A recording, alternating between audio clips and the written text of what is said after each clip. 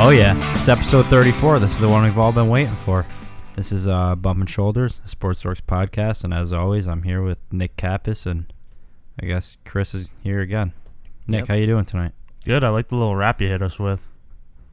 What? I think something you said rhymed. No, I don't think so. You don't have a firm enough grasp on the English language to determine that. You're in your concert mood still. Yeah, you are. Nick, you almost weren't here tonight. No, I'm fresh back from a concert. No, you were going to go to the concert. Fresh off a concert. You got on the stage and it broke. Yeah. The stage collapsed. Yeah. Is that your fault? Yeah. Oh, man. Yeah, I noticed you got something on the table. Yeah, you gave it to me. Yeah, why don't you crack it open? Why don't you crack open the classic taste? No, I don't want to give them the advertisement. No, we're giving them the advertisement. We talked about because what if their rival comes up to us? They're big enough. But what if their rival wanted to sponsor us? We scratch it. Yeah, we go back and bleep this out, I guess. Crack open the nice classic taste of a Coke right now. Do it. I don't want to drink it, though. It's going to be too bubbly. Do you know why he gave it to you? No. Okay, so like 2 weeks ago, this has been on my mind all morning. It's been making me laugh. Like 2 weeks ago, you went out to the fridge and you came back in with a can of Coke and you go, I need that classic taste.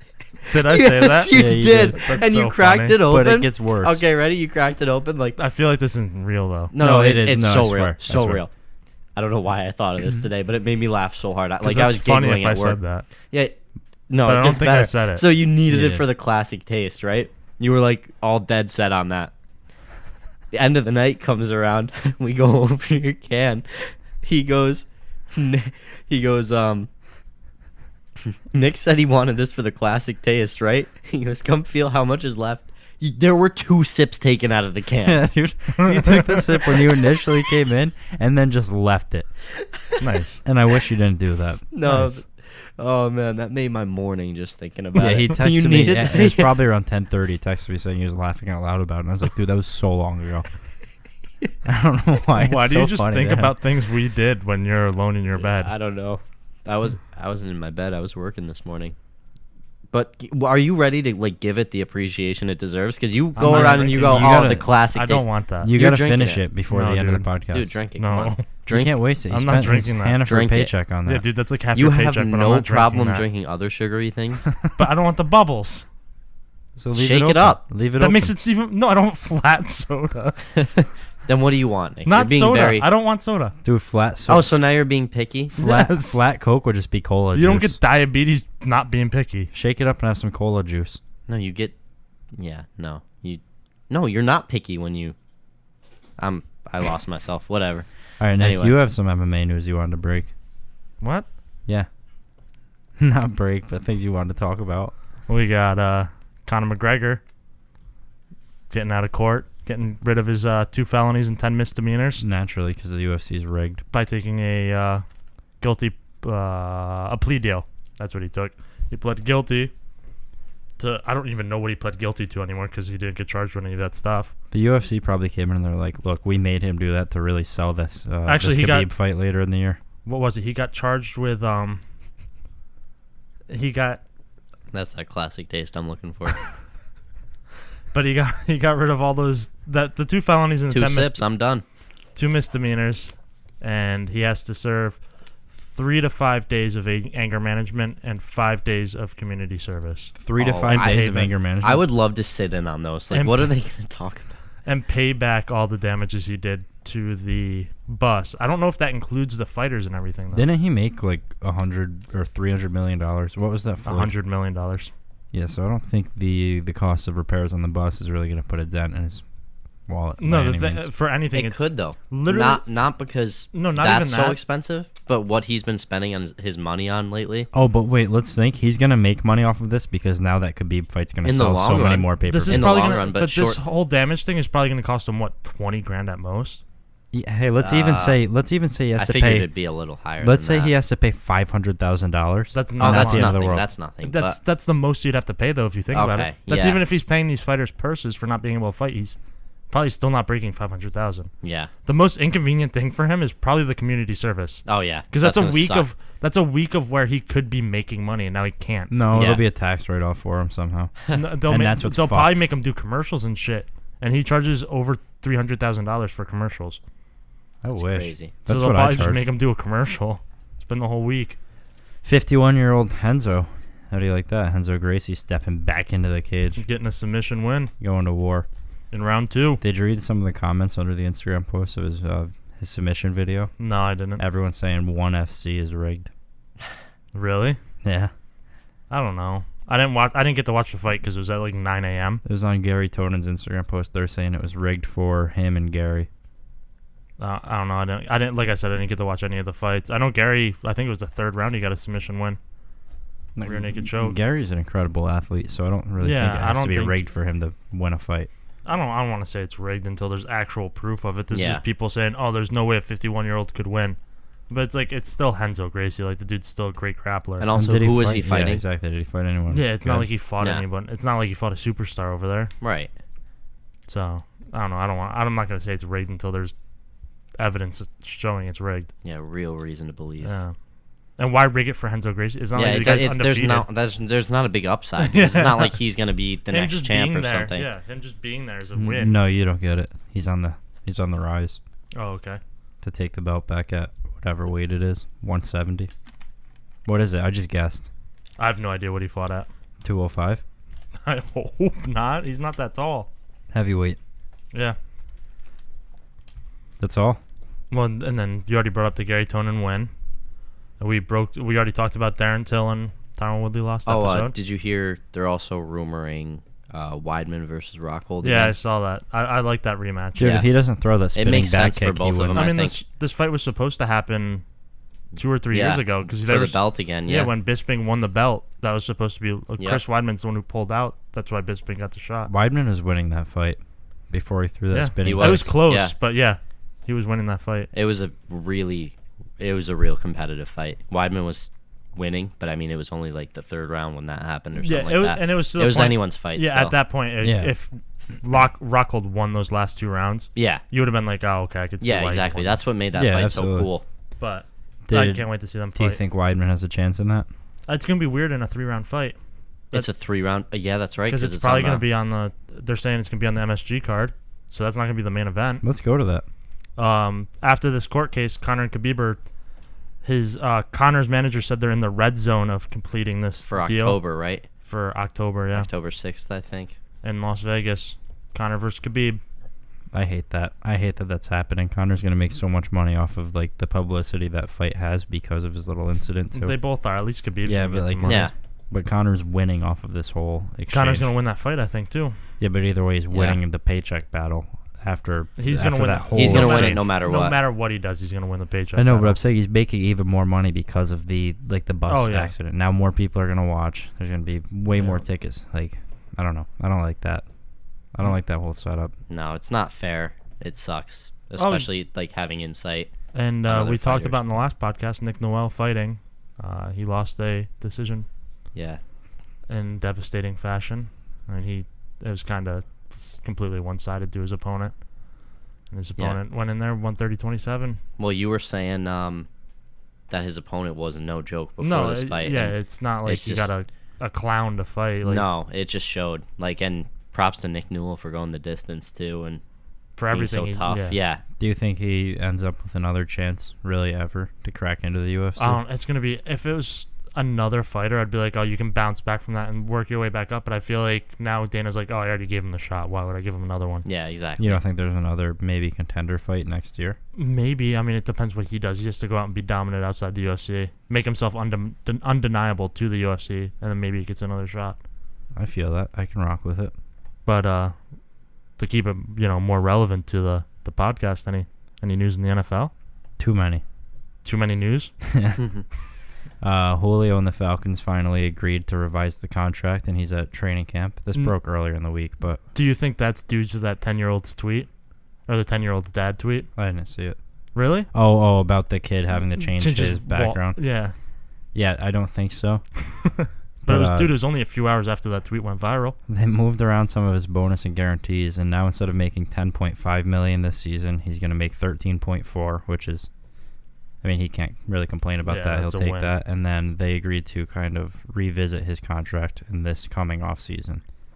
I like move that. Forward from there. It's good for both parties. Make him happy for this year and then figure it out in the off season. Yeah, because now you know he's willing to short-term negotiate. Fix, right? Yeah, he wants to be there. They want him there. They just have too many guys they have to pay. Like, they still have to pay Grady Jarrett, and another guy they just paid today was Jake Matthews. Yeah.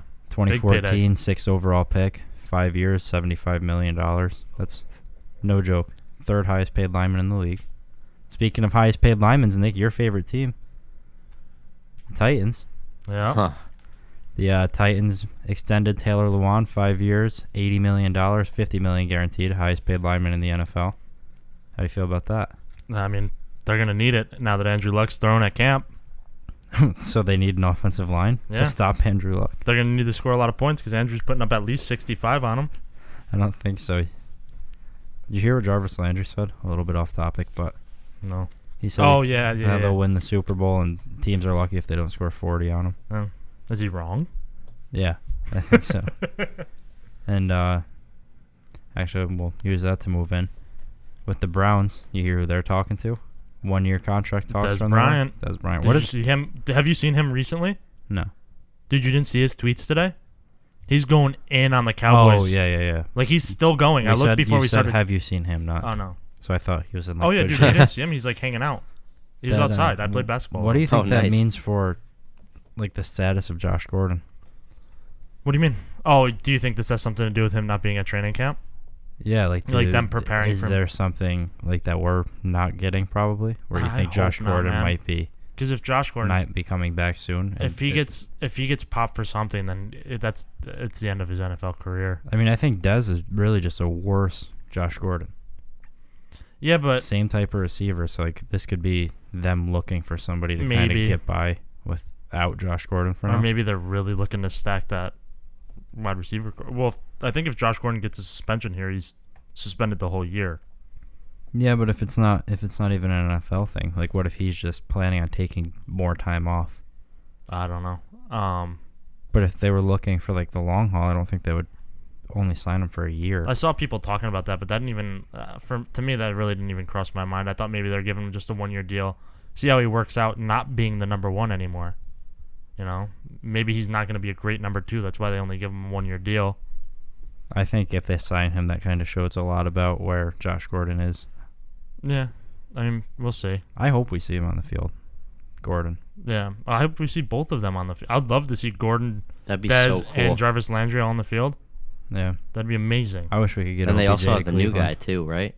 The guy that they drafted. Antonio Callaway. Yeah. He's supposed to be. He's good. A lot of off the field issues too, though. Yeah, everybody said he would be a first rounder if it wasn't for his. He would have been the best receiver in the draft class if it wasn't for his off field issues. Yeah, he's supposed to be a stud. That I'm excited to watch that offense play. They've got a lot of like versatile weapons out there.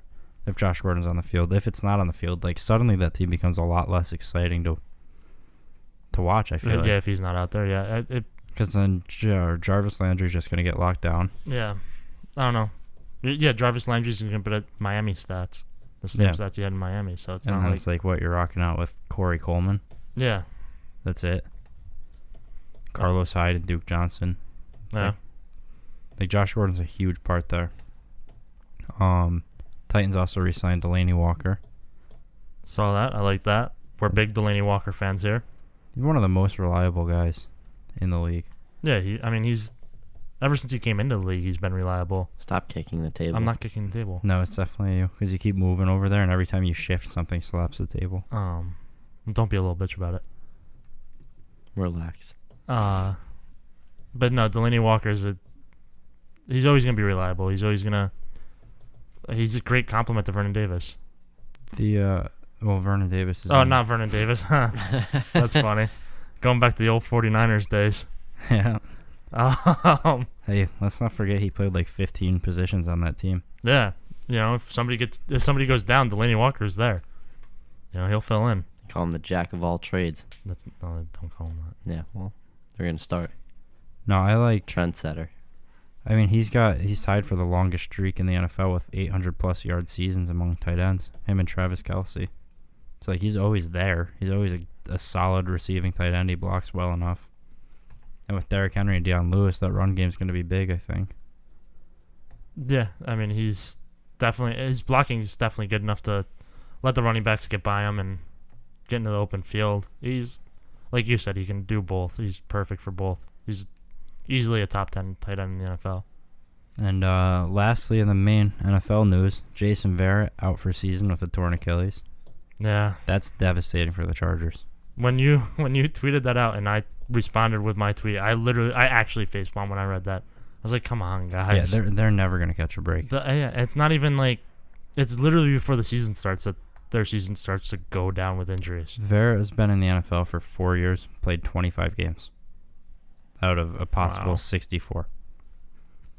Like, he's always injured. And the pairing of him and Casey Hayward would be incredible. That would be two great lockdown corners on the same team.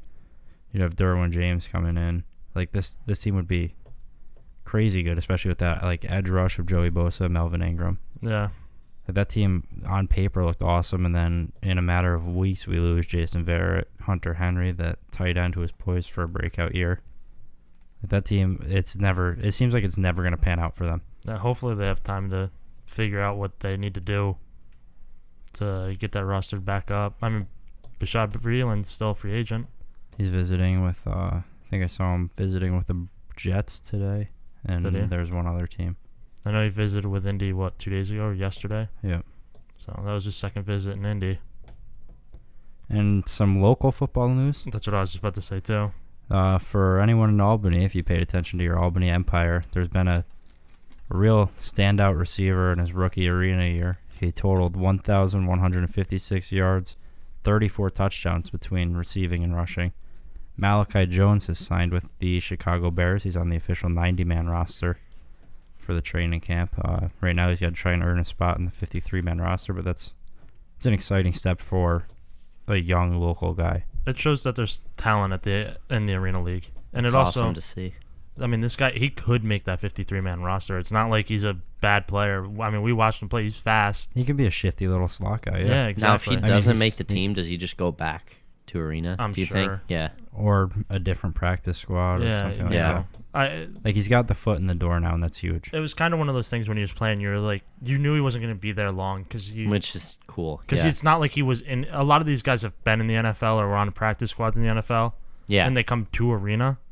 This guy came out of college, went to Arena, and it's kind of like he's working his way up. Yeah, he's working his way up. You can definitely see things he needs to work on, but it's all things that, I mean, coaches in the NFL, it's all coachable things he could get better at. Yeah. He has all the talent, really. And the guys, I could see him making the 53-man rosters. He even could, if he learns how to catch a punt, I mean, he'd be a great punt returner. The guy's fast as hell. Yeah, but is he going to be faster than NFL guys? That's something you don't really know until you see it. But as far as a slot guy goes, I mean, he's bigger for a slot receiver if he played that role. He's 6'3". Is he really that tall? Wow. 6'3", but again, he's still fast and shifty underneath. Exactly, yeah. He could be a well, we saw him weapon. make guys miss constantly. And he'd be going into a relatively complex Matt Nagy offense. Yeah, and which I would love that there. He'd get receptions from your boy. Yeah, Mitchie T. He's gonna have a breakout year. Mitch Trubisky. I don't know about Malachi Jones. Hopefully he does. I would love to see him make the cut. Yeah, that'd be awesome. That'd be super exciting. We'll probably be keeping up with him to see where he lands. You know, see if he makes that 53-man cut. Hey, maybe we'll try and reach out and get him on here someday. We have a better chance now. Do we? I don't know. As long as we don't have to. Never mind. Not get into that. But we do want to. I probably should have brought this up at the start of the podcast, but we have an interview that we're going to plug in here real quick with Will Brinson, who is a senior NFL writer for CBS Sports. He's been with CBS for about 7 years. I started in 2010, so I guess I'm off there. That's 8 years. But he hopped on, was very informative and helpful. You meet a lot of people when you're trying to get involved with interviews in this type of field, and a lot of the people you meet aren't the most friendly guys. Can't say that about this guy. He was very helpful from the start. Awesome in the interview. Awesome off the air. Very friendly guy, so we want to thank him for taking the time to hop on there and talk to us and pass some information along to you guys. You guys can find Will at Will Brinson on Twitter. He's also got a daily football podcast, the Pick Six Podcast. You can find that on iTunes and I'm assuming all the other major podcast platforms. And it's also on Twitter at Pick Six Pod. We'll play that interview real quick, then we'll get back to you guys. All right, joining us now is Will Brinson, a senior NFL writer for CBS Sports, host of Pick Six Podcast. You can find the podcast on Twitter at Pick Six Pod. And you can find Will on Twitter at Will Brinson. Will, how you doing tonight? Doing well. Thanks for having me, guys. Hope everything's good with you guys. No, thank you for hopping on. It means a lot that you would take the time out of your schedule to be on here. We actually I'm skipping helping my wife put my son to bed. So. Oh, I'm sorry about that, Will. No. You're getting me out of it. That's what I'm saying. Well, then I guess we both win here. We actually pulled you on here because we wanted to talk about some just general things going on in football. One thing that we really wanted to get your opinion on here, Nick with me is a huge Colts fan. We wanted to get your opinion on where the Colts are now that Andrew Luck's coming back to training camp. How do you think that fares for them? Yeah, I mean, I'm pretty bullish on the Colts in 2018. I was just reading Greg Doyle wrote an article about how everybody thinks the Colts are going to suck and how the Colts will be the laughingstock of the AFC South. And I don't necessarily think that's going to be the case. I think when you look at this team, you have a significant upgrades in a lot of different spots. I mean, obviously if Andrew Luck's able to come back, I mean, that's the biggest one right there. You have a huge upgrade at the quarterback position. And I love Jacoby Brissett, but Luck is a top tier quarterback if he's perfectly healthy. I think that at the skill positions, they've got enough pieces to do some damage in a Frank Reich offense, whether it's with Marlon Mack, Nyheim Hines, who's going to catch a lot of passes. I bet Nyheim Hines gets in the realm of 45 to 50 passes next year out of the backfield or lined up out wide. He's a beast. He's so fast. I watched him his entire college career. Good kid, and he's going to surprise some people next year.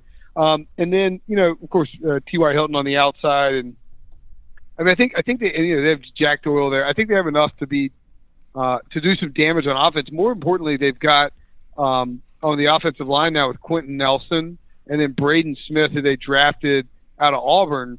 I think, think about Braden Smith. I mean, think about what Frank Reich ran in Philadelphia. You're talking about a lot of RPOs and a lot of, using athletic pulling guards to jump around and to get into place. And Braden Smith basically ran that at Auburn. Quentin Nelson, more of a power scheme at Notre Dame, but I mean, he's just a beast, and he's going to instantly make that offensive line better. I actually think if Ryan Kelly can get back and be healthy, you add Anthony Costanzo to those guys, this offensive line is suddenly a strength, and I think you have to credit Chris Ballard for improving that. Defensively, in Matt Eberflus's 4-3, they're switching a lot of different pieces. So I don't know that they're going to be good, and I think the secondary is going to have some serious problems, but they're going to be better than they were before. And, if they can at least be in the 16 to 20 range, just barely below average, that's an improvement, and it wouldn't be surprising to see the Colts maybe sneak up and steal third place in that division. Yeah, I saw, yesterday, Bashaud Breeland was coming back today, actually, to have his second visit with the Colts, which would be a huge addition to them for a cornerback. That's where they've been lacking for years, been their secondary. For sure. I mean, like Breeland's a really good. I like Breeland at Washington, and I was surprised it just didn't work out with him in Washington and then him in Carolina. They need cornerbacks bad. I mean, the depth chart there for Indy is trouble. Now, some of these offenses in the AFC South, like I like the Titans' offense coming into this. The Texans could obviously be explosive. Do you think the Colts' defense can kind of hang in there to make them a legitimate contender in the division? No. No. Hurts. I don't. Yeah, I mean, it's just the reality of the situation. I think that what happened was the Ryan Grigson drafting era went so poorly outside of grabbing Luck, and then the installation of a 3-4 defense of Chuck Pagano and the pieces that Grigson was getting him went so poorly that this is one of the softest units in the NFL. I mean, they're just butter. You can run right through them, and you can't fix all of your problems in one all season. And they went out and they fixed the offensive line and tried to get some more weapons for Andrew Luck and improve things around Andrew Luck.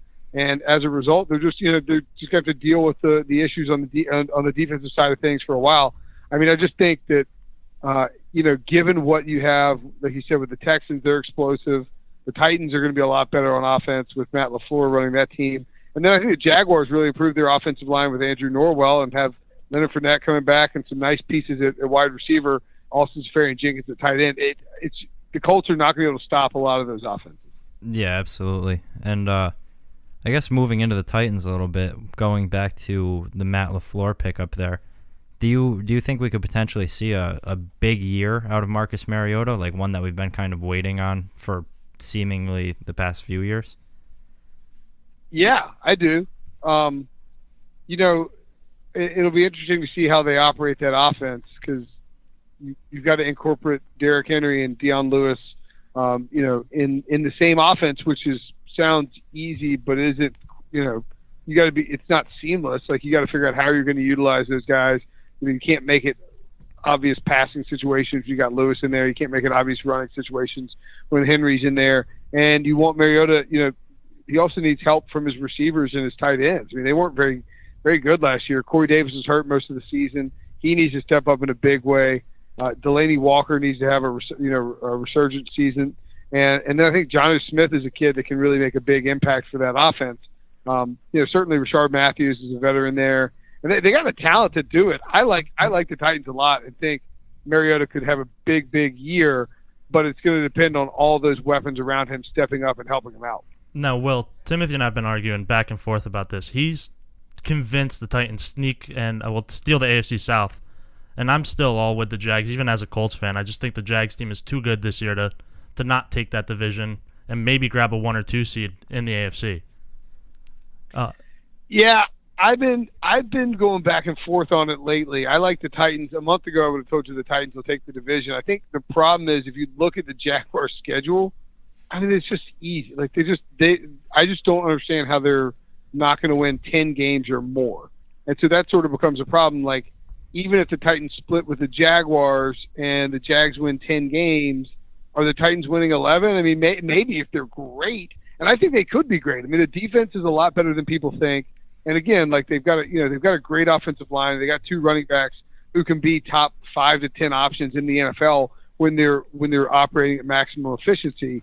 It's just going to come down to how do you use them and how do Mariota and those receivers execute. I mean, I could see the Titans being the 2018 version of the Rams. Everybody points to the Bears, but it could easily be the Titans if they went out and got a new head coach, a young guy to replace the old stodgy guy. They got an offensive coordinator from the Rams. They have this young quarterback who from the West Coast that people think should be an efficient, up tempo offensive machine, but he was stuck in an old offense and never really got comfortable in it. Quiet leader type, and then you have the weapons at running back and the weapons at wide receiver. I could easily see the Titans winning the division. I just think when you look at the Jaguars' defense and you look at their schedule, it's hard to pick against them. Now, am I crazy for thinking the Titans could have a top 5 defense with Dean Pease coming in and the addition of Malcolm Butler kicking Logan Ryan down to slot? No, I mean, I said that on my podcast that I think the Titans are a sleeper for a top 5 defense. Yeah, they got to be able to get some pass rush though. I mean, Jarrell Casey's great. They got Brian Orakpo, who secretly hasn't missed a game since he left Washington and came to Tennessee. They got Derek Morgan, right, and they got the pieces there to have a really good secondary. But they need Harold Landry to come in and make an impact out of the gate. They have to get a defensive attack that manages to put pressure on the quarterback so the secondary doesn't have to hold up for that long.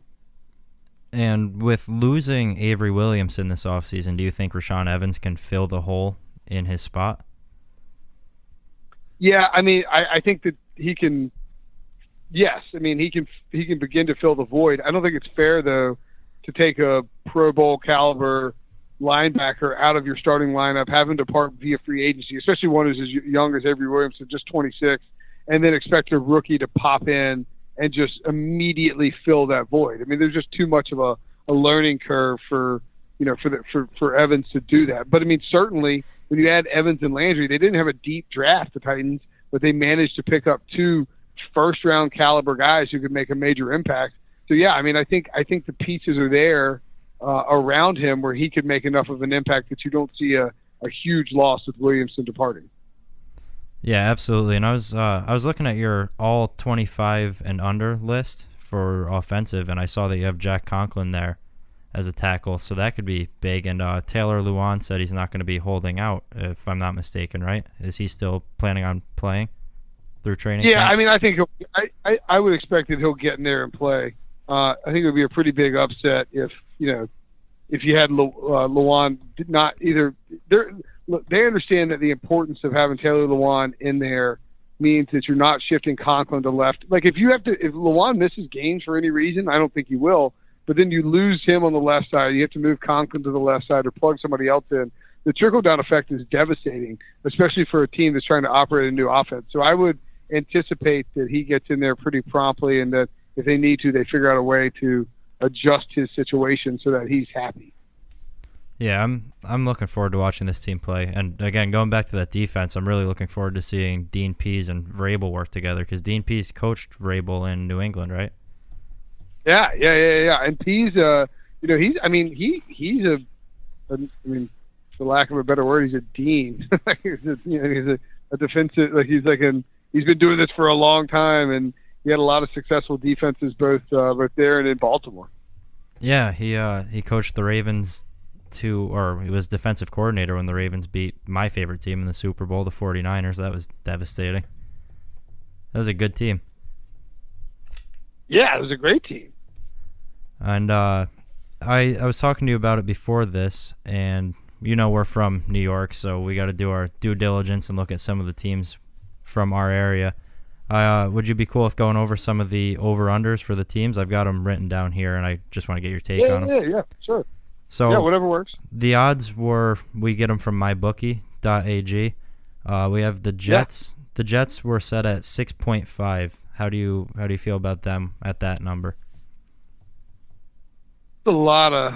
Let me bring up the schedule. That's a lot of wins for a Jets team that is probably going to end up starting Sam Darnold for a significant portion of the season, would be my guess, based on what Josh McCown has said about mentoring him. I think you look at they got three of the first 4 games are on the road. They're at the Lions, at the Browns, and at the Jaguars. None of those are free wins by any stretch of the imagination. They get the Dolphins at home, so 2-2 is pretty good out of the gates. The next 4: Denver, Indianapolis, and Minnesota at home, followed by the Bears on the road. I mean, I think again, if if you're 4-4 through that spot, then you can beat the Bills at home, lose to the Dolphins on the road. Yeah, I guess 6.5 actually makes a lot of sense, because there's a possibility you could be 5-5 going into your bye week. Now, there's also a chance that you're 3-7 going into the bye week, and then all of a sudden you're hitting your week 11 bye. You haven't played the Patriots yet. You have to play them twice in your division. You're at the Titans. You're at the Bills. You get the Texans and the Packers at home. It wouldn't be surprising at all if the Jets lost all 6 of their games after the bye, especially if Josh McCown played early and played okay, and then they had to go to Sam Darnold or go to Teddy Bridgewater or whatever it is. So I think ultimately I'd look at them as probably winning, let's say, 2 at the most after the bye, and then it's a pretty good number. I like the Jets. I like what Todd Bowles has done. I like the improvements they made.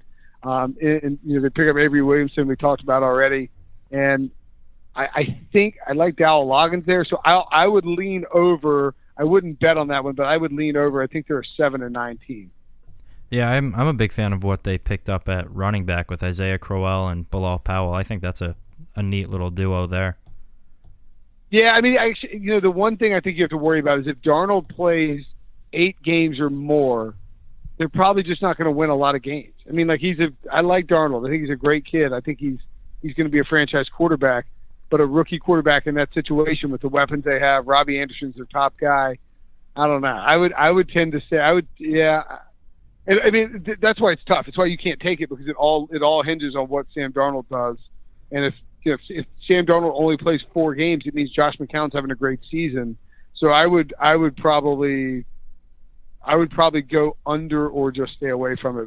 But I mean, that's a hard one. I think they're right there, either 6-10 or 7-9. Well, especially if we see Darnold playing. I mean, it's a rookie quarterback with that stretch of 6 games at the end. That could be brutal for him in his first year. Yeah, I mean, I just don't think they're winning many of those games regardless. Like, I think if they win 2 of those games, they did pretty well. And so that means to get the 7, they got to be 5-5 before the bye.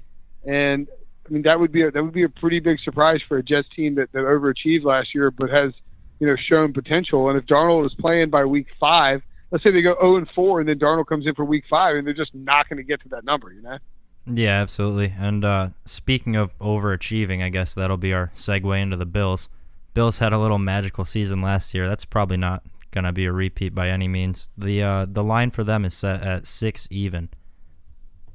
Yeah, and it's moved down a half a game with the rumors about LaShawn McCoy. I think this is the easiest under on the board, and if it wasn't so expensive, it's like under 6 is minus like 130 or something like that. I mean, they're going to start out 0-4, barring some kind of miracle. They've got 3 out of 4 on the road too, at the Ravens, Chargers at home, at the Vikings, at the Packers, and then their next 4. I mean, it's not much easier. Titans at home, at the Texans, at the Colts, Patriots at home. I mean, 0-8's on the table, and then maybe you're starting Josh Allen in Week 9 against the Bears, and you get the Bears there, then at the Jets. I guess that they could be. I mean, best case scenario, you're 4-6 heading into your Week 11 bye. Then you have to play the Jaguars, Dolphins, Jets, Lions, Patriots, and Dolphins again. So I mean, if the Dolphins are absolute trash, then the Bills could steal 3 games after the bye and end up winning 6 games or 7 games. I just think this team is a 3-win team with the quarterbacks that they have, and it's to me one of the easiest under bets out there. Yeah, because we're looking at probably A.J. McCarron starting Week 1. Would you guess, or would it be Nathan Peterman? Probably. Do you think? So whoever they dislike more and they want to throw to the wolves. Yeah, it's a rough opener. The defense on this team though, it's kind of hard to overlook. I'm excited to watch them. I think. I wouldn't say I'm excited to watch them. I mean, I would. I think they're like a decent unit. I mean, they added Star Lotulelei. Tremaine Edmonds is going to be a star at some point. I mean, he's really young though, only 19. Picking up Vonta Davis to pair across from Tre'Davious White was really smart. And then Micah Hyde and Jordan Poyer, the safeties. Look, Sean McDermott gets a lot out of his defenses. Of course, Jerry Hughes is a standby there, and they got Shaq Lawson and Kyle Williams. I mean, it's a defense. If this team wins 7 games, they're going to win those 7 games by like a combined average score each game of like 10-7. I mean, it's just they're going to have to shut down. I mean, look, but they could sweep the Jets and the Dolphins and win 4 games that way by playing great defense and locking down those teams. That's possible. I just don't think that. I think this is a team that badly overachieved last year. Credited the coaching staff and has downgraded its offensive line, has downgraded the quarterback position at least for the immediate future, and has a mess on the hands at pass catcher. I mean, Zay Jones and Kelvin Benjamin and Jeremy Curley are your top 3 guys, and if 1 or 2 of those guys go down, you got Brandon Riley, Andre Holmes, and Kalen Clay starting for you. And to top it off, you have LaShawn McCoy, who's turning 30 this year behind a worse offensive line, and he was responsible for, a third of the team's offense last year, so he can't keep that pace up, I want to imagine. No, I wouldn't think so either. And you've got the factor of, like if you look at some of the games they won, like they beat the Falcons in Atlanta when they were down big at halftime. They beat the Chiefs at home, which is a really good Chiefs team last year, and then they snow game against Indianapolis. So a lot of luck involved that last season. Yeah, I don't see where they'll put points on the board this season, really. An offense that could be interesting this year is the Giants, I think. I love Pat Shurmur going to New York, especially with the weapons they have on that roster. How do you feel there? The line for them is set at 7 even. That line's I think it's come down. I need to go back and look, but I thought it was higher. I mean, look, it's easy to get enamored with this offense because you got Odell Beckham coming back at theoretically full strength. Sterling Shepard is across from him and working out of the slot. They had a Cody Latimer, which, he was a high pick at one point in time. I mean, maybe he won't see any double teams, that's for sure. No. And you got Evan Ingram, who's looked like a stud tight end and a big time pass catcher last year, and of course Saquon Barkley's there. I don't know that Will Hernandez and Nate Solder are going to be the answer to perfectly solving the left side of the offensive line for the next 5 to 10 years for Eli and then whoever else is after Eli. But I mean, the reality is they're major upgrades. It allows you to kick Eric Flowers to right tackle where he was better. I thought coming out of Miami, he can kind of get at the second level and do some stuff in screens. And look, if Saquon Barkley, I mean, I wouldn't be surprised if Saquon Barkley goes for 1,800 total yards. I mean, he's a future superstar, and I mean, it's hard to bet against him. I think the one concern you have with Saquon Barkley is that you use the second. Look, for this year, it helps the Giants, even if long term investing a second overall pick in a running back and spending a top 10 pick on a running back on different teams by the same GM two straight years in a row is just inconceivable that would happen. But I mean, Barkley could be a star, and that offense could be pretty spicy when you think about all the pieces that go into it. Defensively, you get Lorenzo Carter as a really nice pass rushing linebacker. You pick up Alec Ogletree. I promise you that B.J. Hill will be excellent. I bet he ends up starting next to Damon Harrison, and the two of them will be a great combo. B.J. Hill is a superb pass rushing defensive tackle, Damon Harrison, one of the best at stopping the run. Olivier Vernon's there, of course. I mean, they got Janoris Jenkins. I mean, Landon Collins in the secondary. Eli Apple, if he can get his act together. I mean, they got a lot of talent on defense. Yeah, this is a team that could win the division or finish dead last in the East. I think they have to be much improved based on the upgrades to the coaching staff. Even if Mike Shula, at offensive coordinator, might not be the smartest move in the world, James Betster should improve that defense. I like the Giants. I just happen to like a couple teams. I mean, look, I think I'd lean over, except when you look at the Giants' schedule, the opening 8 games is the hardest in football, which is hard to believe for a team that won 2 games last year. They had the Jaguars in week 1, then they're at the Cowboys, at the Texans in week 2 and 3, Saints at home in week 4, Wow. at the Panthers in week 5, Eagles at home in week 6, at the Falcons in week 7, then the Redskins at home in week 8. I mean, they could win 4 of them. They could lose all 8 of those games. And if you're 0-8 going into your week 9 bye, I hate to break it to you, but you're probably not going to hit the over 7.5. Yeah, you're not winning 8 games that way. They're not winning out there. I was reading another one of your articles about 5 teams that you think could miss the playoffs this year that made it last year, and I realized the Eagles were on that list. Do you think this is an open division for really any of those 4 teams? Yeah, I do, and I caught some mild flack for that article. Lane Johnson tweeted me. I guess I'm going to get called out. If worst case scenario, the Eagles win the Super Bowl again, and I get the Mike Lombardi treatment. That clown. But Jason Kelsey. Yeah, I mean, I think the thing with the Eagles is that they are a really good team, and they are a team that everybody's penciling as a powerhouse, and I think they'll be good. They got a great coaching staff, but they lost. They lost, of course, Frank Wright to the Colts. They lost John DeFilippo to the Vikings.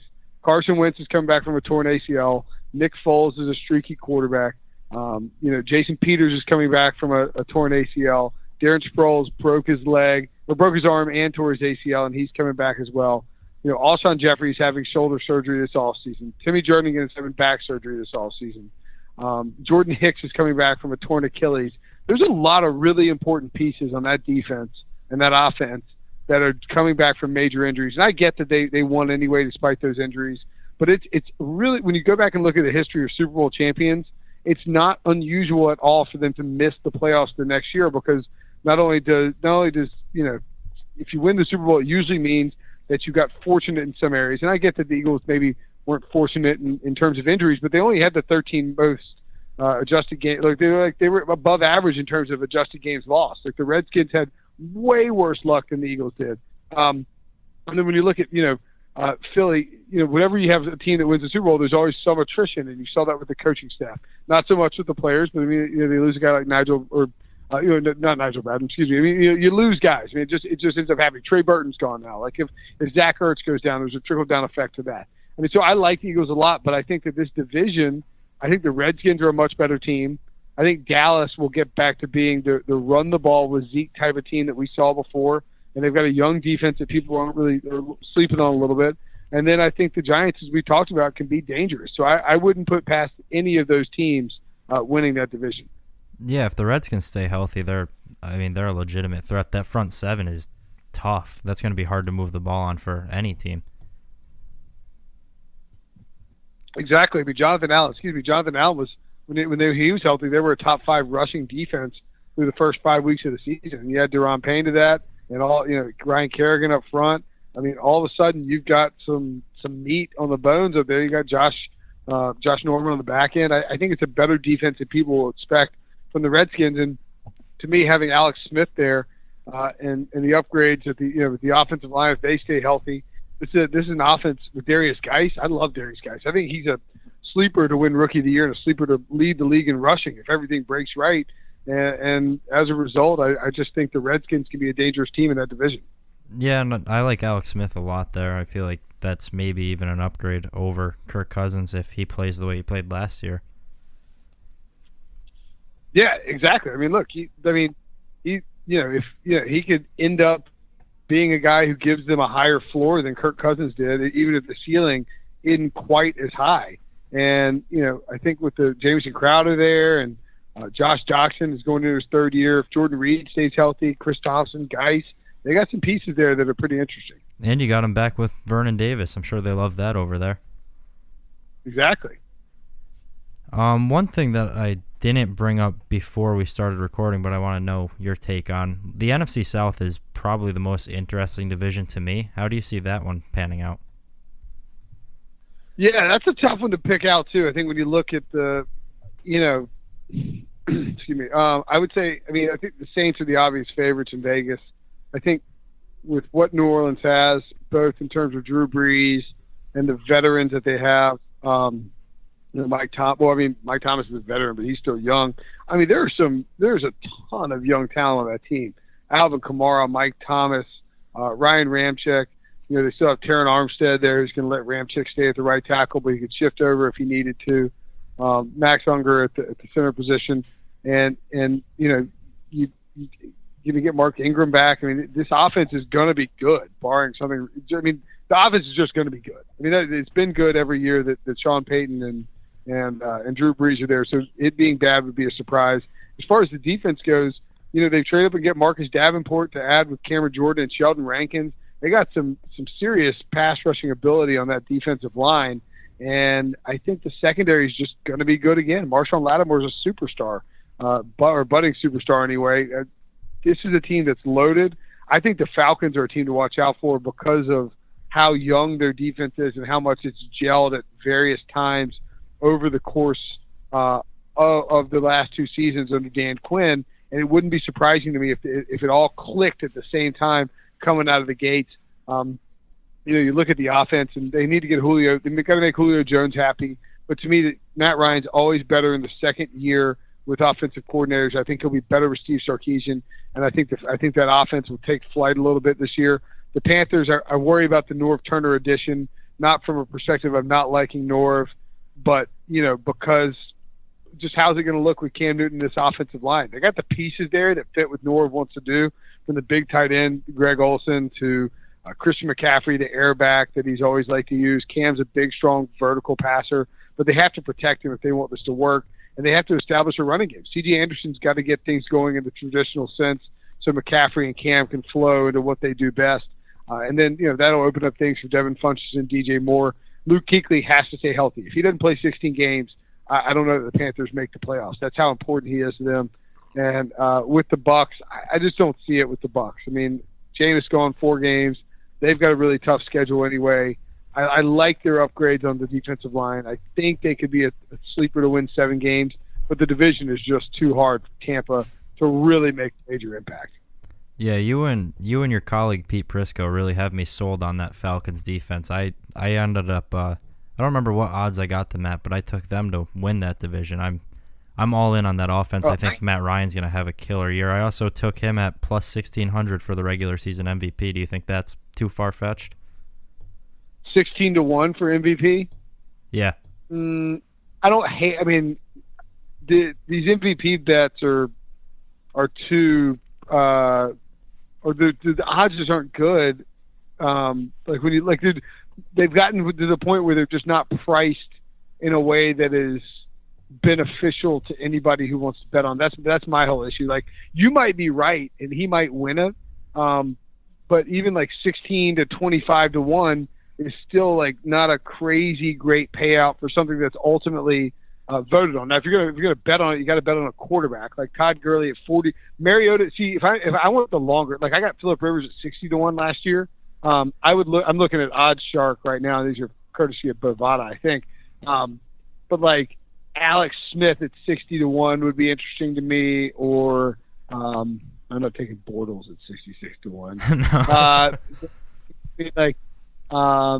Yeah, I mean Marcus Mariota at 40 to 1 maybe, or Dak Prescott at 35 to 1.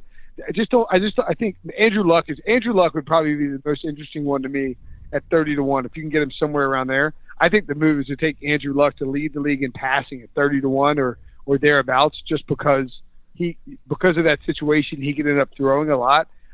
The problem for me on the MVP stuff is if Russell Wilson or Aaron Rodgers or Tom Brady has a transcendent season, then whoever you're betting on has to have Matt Ryan has to go back to 2016 and have that same kind of year.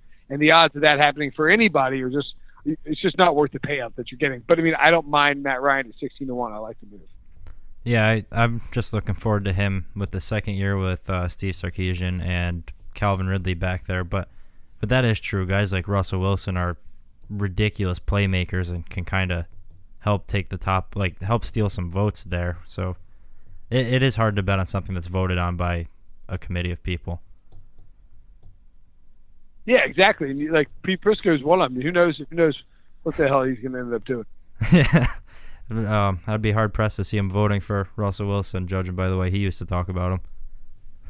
That's exactly right. See, what if you bet on Russell Wilson? You got to bank on Pete Prisco picking Russell to win the MVP.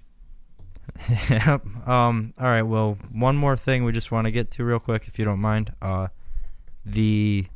I wanted to know if you have any like sleepers for teams that missed the playoffs last year that you think could make a deep playoff run in each conference. Teams that missed the playoffs who could make the playoffs after missing. Yeah, just a deep run. And Lewis Brinson is really messing up my Google value. Let me see if I find it. Who did I list in 2018? Okay, so the Redskins are.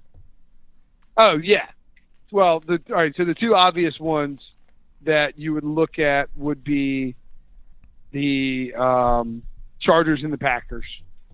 I mean, like that's maybe cheating because the Chargers and Packers look like if you get if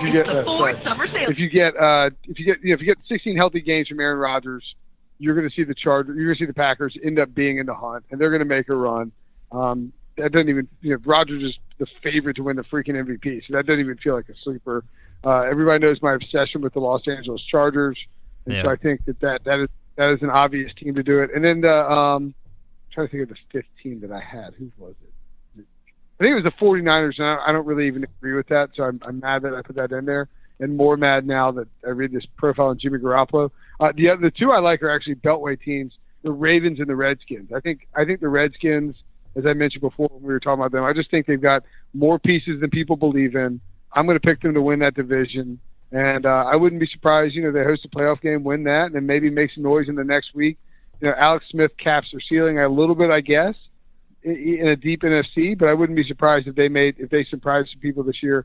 And then the Ravens, I think you're going to see Joe Flacco.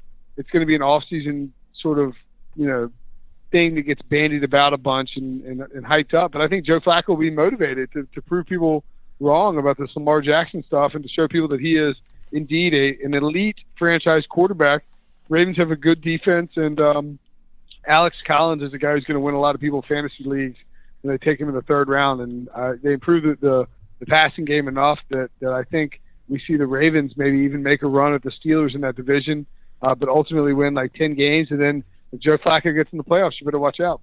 I'm a little bit too excited for this Ravens receiving core, I think, because all these guys have high potential. Like John Brown, if he can stay healthy, I think he can make some waves. I like Michael Crabtree there.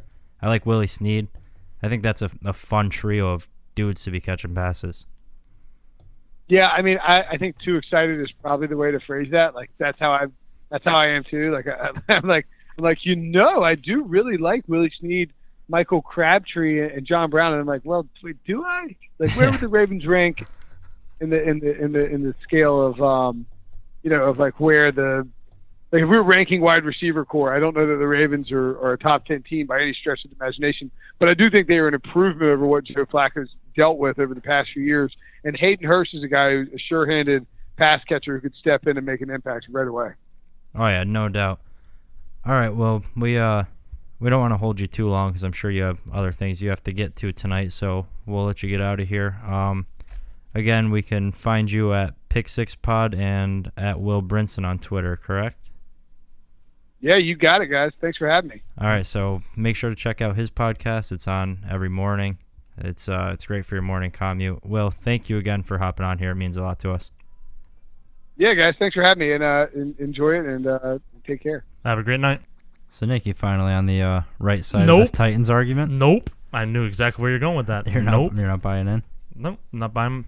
Jags number 1 or Colts. No, not the Colts. We'll see. For sure not the Colts. We'll see. Believe in blue. That defense is going to be atrocious. That's what you guys think. Titans top 5 defense.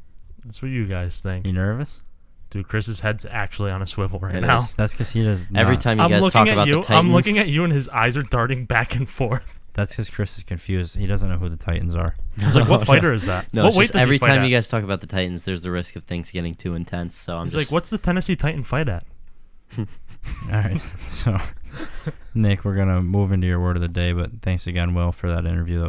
It was awesome having you on. Yeah, it was awesome that he made time for us to interview him and pick his brain on what we care about in football. He's a hell of a lot more busy than us, and Yeah. he was still able to hop on here for us, so we're very appreciative of that. Chris, I know you have no idea because you obviously weren't here again. Yeah, I didn't get to meet him, but he sounds like a real sweetheart based on what you guys said and based on the interview. Well, we lied to you about when the interview was because we didn't want you to embarrass us. Yeah. Because we didn't want you to go, yeah.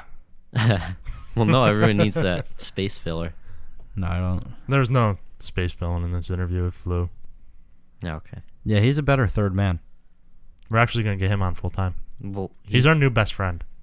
Yeah, he's gonna hang out on Fridays instead of you now. Well, he's already got like experience. Unless so you it's bring not your really own- fair to compare the two. The of only us. way you can come is if you bring your own pizza. You can't eat the pizza here anymore on Fridays.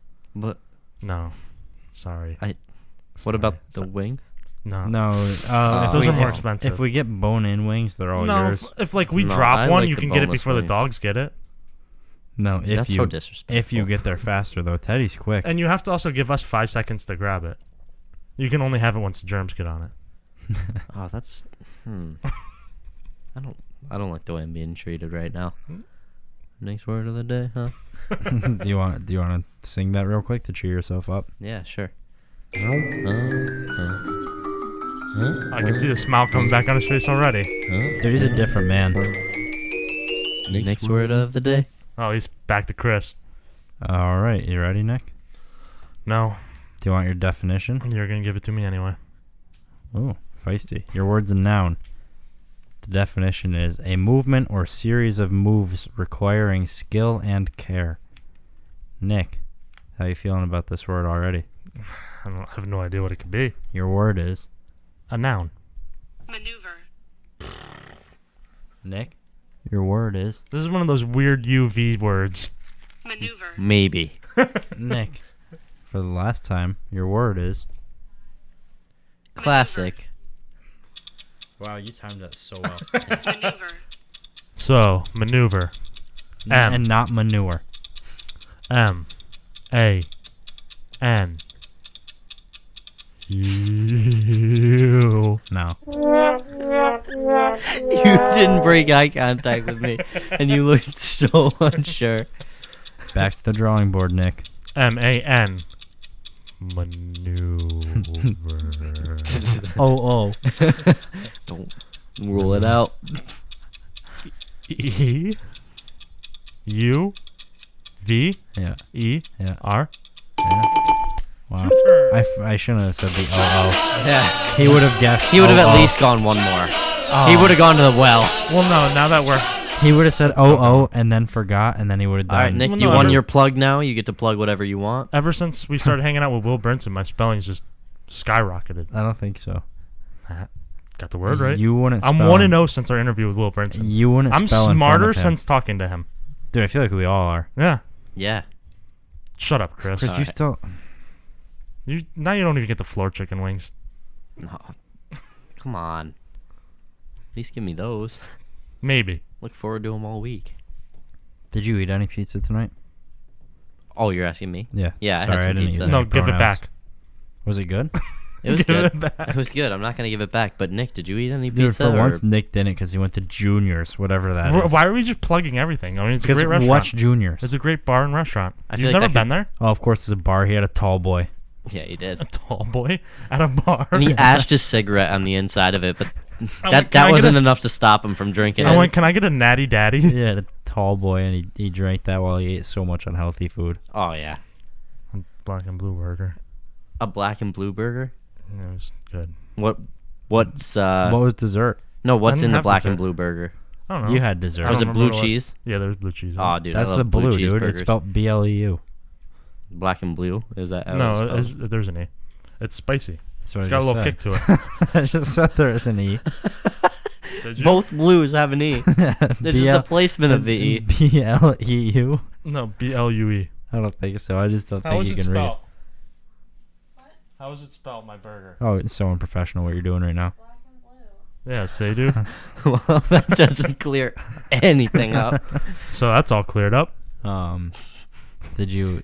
So no dessert Putting a this time. band-aid over an open wound, huh? No dessert. I never get dessert when I go out to eat. Let me just wait till you get here. Yeah. No, I Or do you, usually do you get. stop at an ice cream place. Oh, love me a good ice cream. Did you stop at an ice cream place? Not tonight? yet. You You're going wash to it when you down leave with here. a couple sips of Coke I was and going then to, throw it but by the out. time I leave here now, it's gonna be like after midnight, What time is it now, like 3 o'clock in the morning. dude? Well, that's already after midnight. Some of us have to work. Yeah, see? Yeah, but your job's easy. Machines can do it. Machines do it some places. Where? I don't know. Yeah, no machines deliver the mail because they do. robots aren't allowed on the streets. Yeah, they Yeah, are. because the robots don't have to take the oaths. Actually, dude, Timothy's a according to computer. Timothy, robots are already on the streets, and they're the greatest player in NFL A history. computer delivers the mail. Timothy's all the time. convinced Tom Brady. Email. You don't need a mail. Tom Brady is a robot. That's our NFL. That's our NFL writer. He's convinced Tom Brady is a robot. I feel like a lot of Best people. insight here. A lot of people would be on the same page. But after the video you posted, he may be a robot. Yeah, watching 'Cause him that- interact with other humans, you go, "Oh, cool! You're actually a robot." He's interacting. Did you watch the video, Chris? Because in the video he's interacting He's with meeting two kids. Tom and Brady. Yeah, the No. two little boys are named Tom and Brady, Oh my god. and he's going, "Can I get a high five?" but like not with a foreign accent like Nick just did. No, he's a foreign robot, dude. He says it in an English, or not an English accent. He says it just without an Oh, accent. sorry, I forgot he's British. He's no, one of the we British technically robots. have an accent. I know, but like, Yeah. Are you okay, saying we're above the rest of the world? Yeah, if that's what Okay. you're looking for. All right, All right. that's it for me. All right, and you can find me on Twitter at. Nick, your Twitter is weak. Oh my God, the kid gets 3 retweets, and now he's the king of the world. I there broke was a little more than 3. Yeah, I finally broke 100,000 views on the tweet. Big day for me. I got a retweet once. It was probably from me. I think so. No, dude, it was Skizzy. Dude, you're lucky to make. I wish. I keep tweeting at Skizzy trying to get his attention and it never works. He's gonna No. look over once. Like, I feel like he's not. Dude, he's on the Too Madden big. soundtrack with He American is. Dream. He's finally gonna blow up. He is on the. Yeah. That's awesome. Yeah, Dude, I you- wish you looked at things we sent you on social media. Yeah, let's get. I'm real. late. Oh my God, what are we at here? Why do you ask that every time? It's so rude. Because if I didn't turn around, or if I didn't say that before I turned around, you guys would just stare at me asking why I'm turning around. No, or you could just. I mean, why do you have to look at the? If it's going slow, just wrap it up. Why does the time matter? Because This sounds like an off the air argument. Nick's just mad his country concert got canceled. I am. He was looking forward to it. You borrowed the truck so that you could have some street credit. Problem for the is, I country can't concert. drive manual. Is it weird that Nick never liked country music until That didn't last stop week? you. Yeah. No, I like one country musician. Until last week, and now he loves country. Now I he's a liked country one- boy like Aaron Lewis. Hey, No. what'd you expect the result of that concert to be? It was at a golf course. Literally, You let during- off by saying it was at a golf during course. a severe storm warning, Yeah. and you expect I have to work during severe storm golden. warnings. Why don't Well, they? yeah, they didn't take an oath. because you're lowly. You The work stage didn't take an oath. you work a lowly profession. Okay. It's This is whatever. where we wrap up. All right, you can find Nick on Twitter. At Nick Kappas. You can find Chris on Twitter. Don't At- worry about it. And At you Sports Store Chris. can find me on Twitter at Timothy J. Chura. You can find Or in our, the trending. just go to the trending or explore page, whatever you have to do. You'll find it there. Our guest from before, Will, you can find him at Will Brinson or at Pick Six Podcast. You can find us on iTunes, Google Play, SoundCloud. And, yep. Never mind. Yeah, so relax by searching Sports Dorks Podcast. You can find us on Facebook, Sports-Dorks, Twitter and Instagram at Sports Dorks _. And the YouTube, don't know how to tell you to find it. Search Sports Dorks, try and find it, but it's also on our website. If you go to the podcast page, you can just click it. It brings you right there. I just want to point out one thing real quick. No. Nick, you had no problem finishing that iced tea. It doesn't have bubbles in it. All right. Take Dude, more you know- than 2 sips. Hey, you know what's ridiculous, though? He's going to get out of here and go get a root beer float Yeah, he is. just to get the blood sugar flowing. I don't Oh, like yeah. root beer floats. You're That's going to get a Coke inappropriate. float.